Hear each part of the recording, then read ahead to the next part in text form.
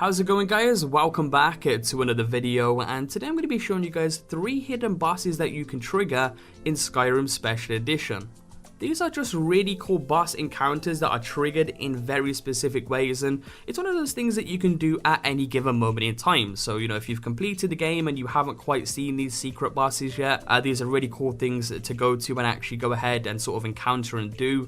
And I thought it'd be perfect to sort of compile 3 of them into one video. Now, I do want to quickly mention that I'm not going to be showing you guys what happens when you kill each of these bosses and the rewards and stuff that you get for doing so, because it's one of those things where I'd rather show you guys sort of how to encounter these and the way in which you trigger them, and then you can go ahead and experience it for yourself and see what happens for yourselves. But realistically speaking, out of the 3 that I'll be showing you, there's only really one boss that has anything significant worth looting. Again, I'm not going to mention which one it is, but if you are curious out there and that's what you wanted from the video, I will have a link in the description below just so you guys can choose whether or not you want to see what actually happens when you kill them. So just as an option there for you guys. But enough talking, enough wasting time, jumping straight into the video today with the first one. And this is actually a hidden dragon boss known as Volthorial. Hopefully I'm pronouncing that right, probably completely butchered it, but this is a hidden dragon boss that can be summoned in a place known as Blackreach. Now, Blackreach is a location that you'll end up going to during the main quest line, so I'm not going to show you guys exactly how you get here because, again,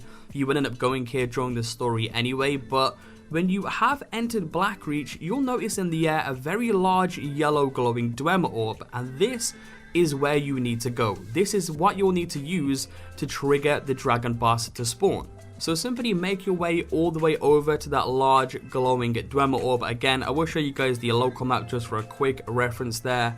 And once you're here, you'll want to make your way all the way underneath the orb itself. So make your way all the way up the stairs. There'll be a few farmer enemies around this area that you'll need to go ahead and take out very quickly just to clear the area. And once you've done that, you can now go ahead and summon this dragon. So how this works is pretty simple. You'll need to go ahead and equip the Unrelenting Force Shout and use the Unrelenting Force Shout on the Dwemer orb. Doing this will actually cause the Dwemer orb to ring and echo.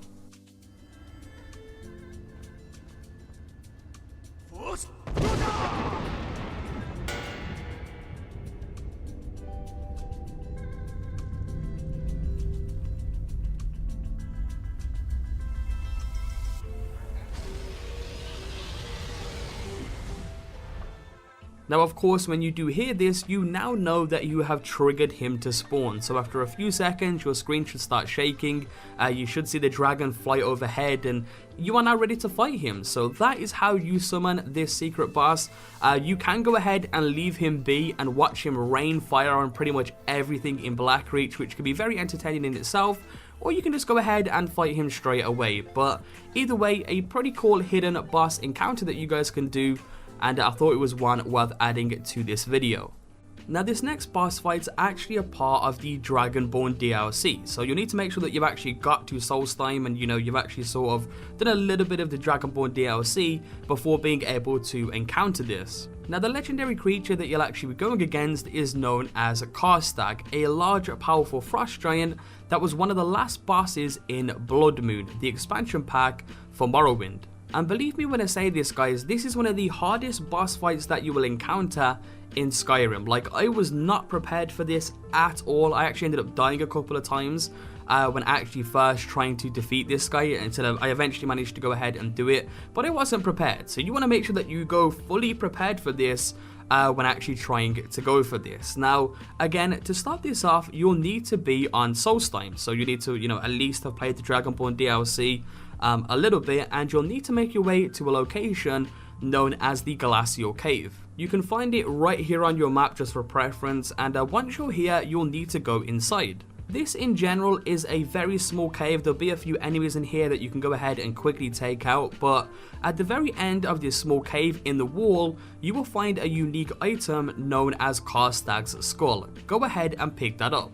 Once you've picked it up, simply exit the cave and you'll now need to make your way over to a location known as Castle Carstack Ruins. Again, you can find it located right here on your map.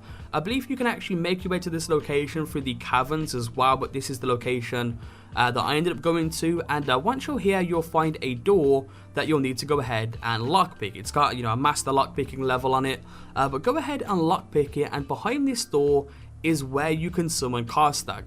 Again, there will be a few enemies in this area to begin with, so you can go ahead and take those out. And to summon Carstack, if you go up to the throne in this area, this is one of the only things in the area that you can see, you can go ahead and place the skull down. And when you place the skull down, you have now summoned Carstack himself. As soon as you've placed the skull, it is best to back up. Again, this guy can take you out in 1 to 2 hits depending on your level, your character build and your gear and stuff. I mean, if you're already overpowered, this shouldn't be too much of a problem, but believe me guys, you need to go prepared to this fight because this is one badass freaking boss fight and he does not play around. So just make sure that you're prepared, and again, this is just one of those really cool hidden boss encounters that you can do in Skyrim. And for the final secret boss of the video, this one's known as the Reaper, and he can be found in the Soul Cairn. So of course, this is a part of the Dawn Guard DLC, and you'll need to make sure that you've at least have gotten to the Soul Cairn before you can go ahead and summon him. Now, the best way to explain this is to use the castle as a point of reference. So again, once you're in the Soul Cairn, you'll eventually come across the castle. This will be like, I guess, a main location in here. And we're going to be using this as a constant point of reference to show you guys where you need to go and what you need to do. So the first thing you'll need to do is find 3 Reaper Gem fragments. And to find these, they're actually located around 3 different towers. One is actually towards the west. One is towards the south from the castle, and one is towards the east of the castle around the side of it. So the first one is going to be the south one. If you head all the way down south from the castle, again looking at this tower here, this is sort of again another point of reference. You'll find this huge building, and on top of that building is a soul gem. So that's how you'll know this is the exact location you need to go to actually get the first Reaper Gem fragment. So once you're here, make your way inside of the building, take out any enemies that you need to, and then jump into this sort of teleporter, and this will then teleport you to the top of the building. On top of this building, you will find a chest, and inside of that chest is exactly where you will find the first Reaper Gem fragment.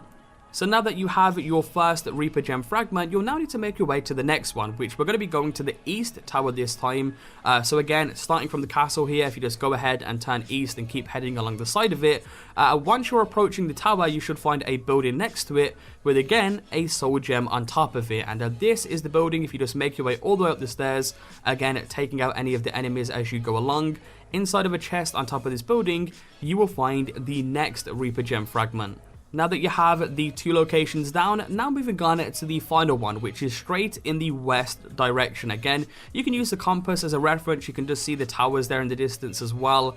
For this one, just simply make your way all the way down, pretty much follow exactly what I do in the video.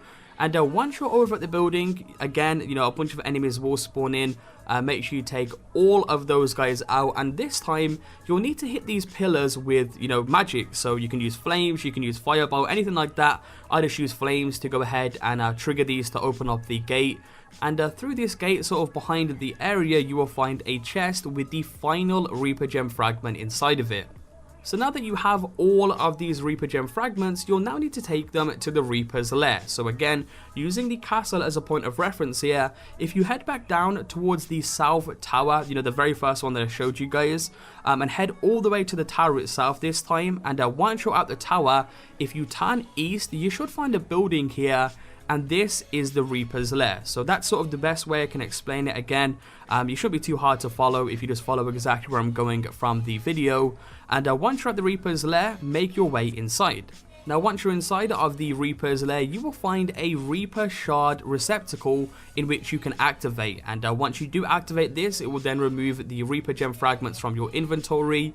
It will put them hovering above the receptacle itself, and it will then summon the Reaper boss for you to go ahead and fight. Again, depending on your character build, this could either be really difficult or really hard. It is best to go very prepared to this fight. Again though, I was a little bit more overpowered going into this, you know, constantly being able to stagger him there with arrows. So I managed to take him out pretty damn quickly. And fun fact, this Reaper's actually of Daedric nature. And you'll actually find that out once you do manage to kill him. But that, my friends, is the Reaper boss, and that is the 3 hidden bosses that you can find in Skyrim. I thought this would be a pretty good video to make today. You know, I know a lot of you guys have completed the game before, and you know, some of you out there may not know about this stuff, and that's why I wanted to make a video on it today. As always, if you guys did enjoy this video today or did find it helpful and maybe want to see some more stuff like this from me, maybe some more, you know, Skyrim secrets and, you know, things that you may not have known, be sure to leave a like down below, guys. Your support, of course, is always greatly appreciated on the channel.